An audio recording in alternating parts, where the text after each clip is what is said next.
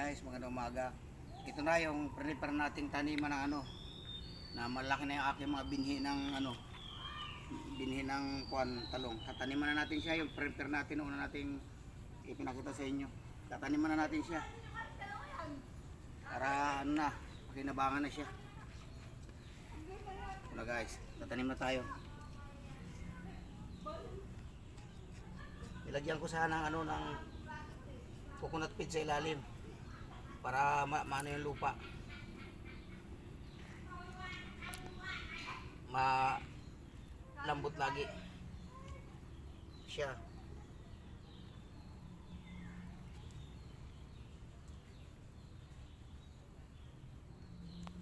Ilang ano lang to, ikita yun to, malaki na to kasi lahat dito na ano, ginagawa ko na lahat ng ano taniman dito na sa loob ng ano ko, bakuran ko, para hindi na kami lumayo pag oras na ano, pag namunga yan dito na lang, malaking tulong na yan.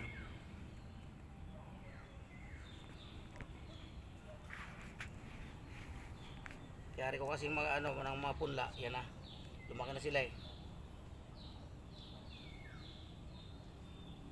Kahit yung kabila hindi pa ganong tapos, ito pwede itong ano taniman.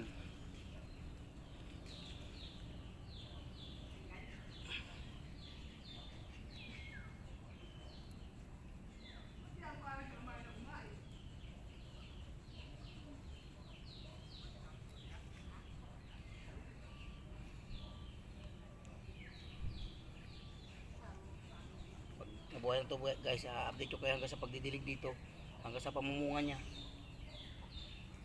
Update ko kayo dyan.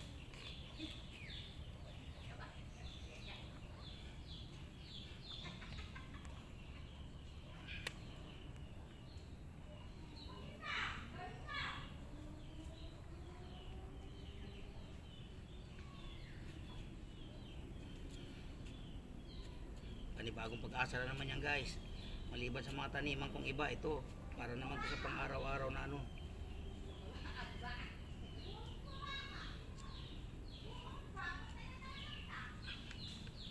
Pag oras kasi na puro aasa ka sa bili, napakahirap na yan sa katulad ko na wala nang inaasahang income. Kaya ito, tiyaga na lang.